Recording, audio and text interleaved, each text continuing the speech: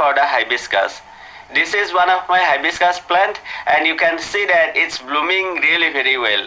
So for this video I am going to take one of my other hibiscus plant which is definitely not blooming at this time and going to make it bloom the way you are looking right now. And this way you are going to see everything I do for my hibiscus plant, and I hope that you would be also able to do the same thing and get lots of blooms on your plants. So let's get started.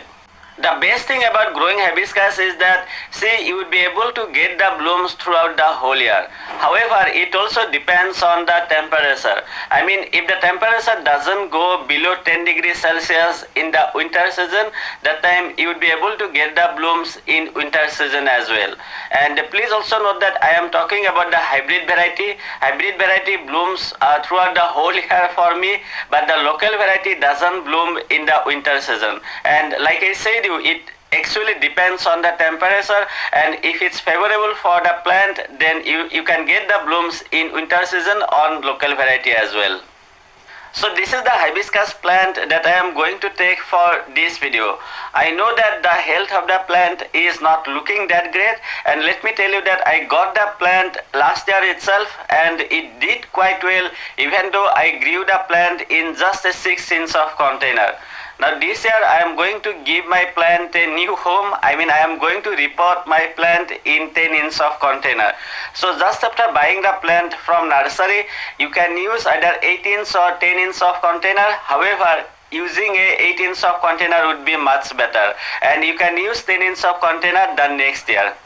I have also prepared my new potting soil mix, and for that I am taking 3 different components in equal part.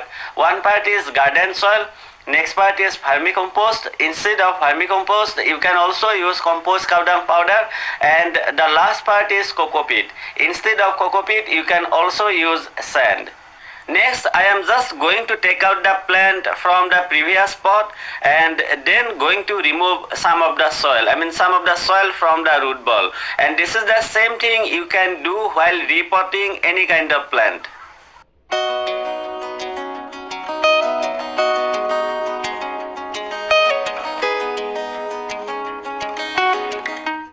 My pot has a drainage hole, as you can see, so please make sure that your pot has at least one drainage hole. Next, I am going to keep some broken pieces of the clay pot on the drainage hole, and then now I am just filling the container.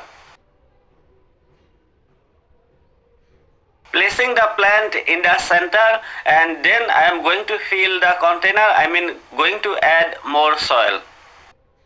While adding the soil, please press the soil very gently to get rid of the air pockets. You can also tamp the pot on the floor for the same purpose. Also, please make sure that you keep a gap of at least 1 to 1.5 inch in between the top layer of the soil and surrounding the rim, so that you can water your plant properly. And let me tell you that hibiscus needs lots of water, so always keep a gap of at least ½ inch minimum. Repotting is done, and next thing is really very important. I am going to prune my plant a bit so that it grows bushier. However, let me tell you that if your plant is already blooming, then you really don't have to do the pruning at this time. You can do it once you see that your plant has already stopped blooming. I am going to do it at this time because I don't see any buds on my plants, and if I prune it at this time, it's definitely going to grow bushier, and as a result I am going to get lots of blooms. Next, I am just going to water it, and just after repotting, please water heavily, and normally you should water until and unless you don't see that water is coming out through the drainage hole. Alright, first part is done, and next I am going to keep the pot on terrace, and there it's going to get lots of direct sunlight.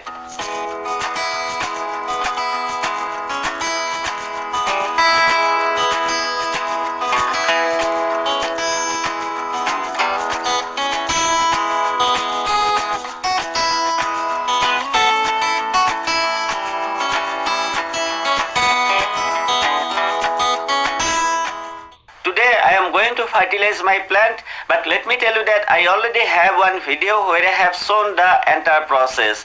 You really don't have to worry about anything because you are going to find the link to that video at the end of this video.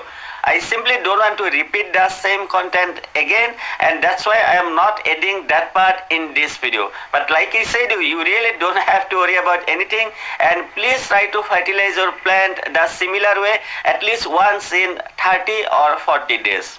While talking about sunlight requirements, please note that hibiscus would be doing really great if you can provide them minimum of 5 to 6 hours of direct sunlight. However, you can definitely provide them whole day of sunlight, but if in summer season, if temperature goes above 35 degrees Celsius or even 40 degrees Celsius, that time please try to save your plants from the midday heat or even afternoon sunlight, because midday heat or even afternoon sunlight is more intense, and if your plants get too much of midday heat or even afternoon sunlight, you may find bumpy leaves on your plants. So that time you can provide your plants only the morning sunlight. While talking about water requirements, please note that hibiscus is a water-loving plant, so please keep the soil consistently moist all the time. Let me give you one example here. See, for all of my plants in the summer time, I water them daily, and in the winter season, I water them once in 2 to 3 days. Let me tell you that underwatering or overwatering is going to cause many problems on your plants. For example, if you are if you are finding the bud blast, if you are losing buds on your plants, that time it may happen because of overwatering or underwatering. In case of underwatering, you are going to see it very soon, like you are going to find droopy leaves on your plants. And in case of overwatering, you are going to find yellow leaves on your plants. So please water carefully and your plants are going to be happy. Okay, let's talk about one of the most important thing, which is protecting your plants from different kind of pest attack. See, there are two most common pests that you can find on your hibiscus plants, and those are, number one is mealybug.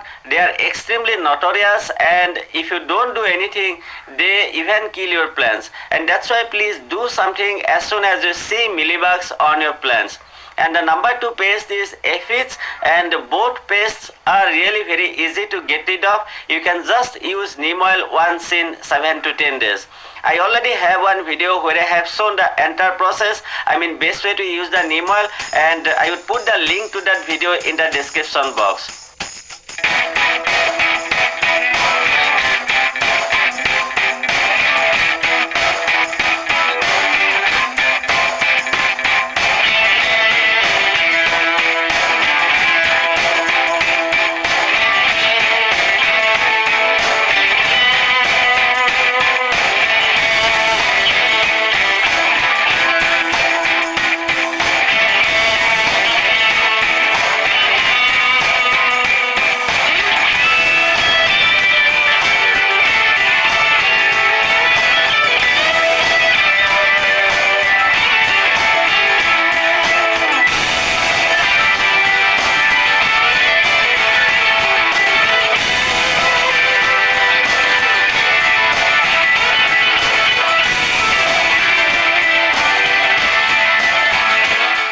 So guys, this is the result after 102 days, and you can see my plant is blooming really very well.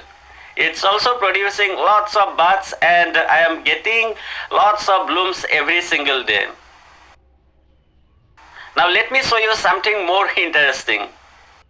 So this is the result after this is the result after 294 days, and don't worry, I am going to show you the date, and I just recorded this clip today morning, and you can see that my plant is still blooming. However, I do have to agree that the size of the bloom is getting decreased, and it's because of the low temperature.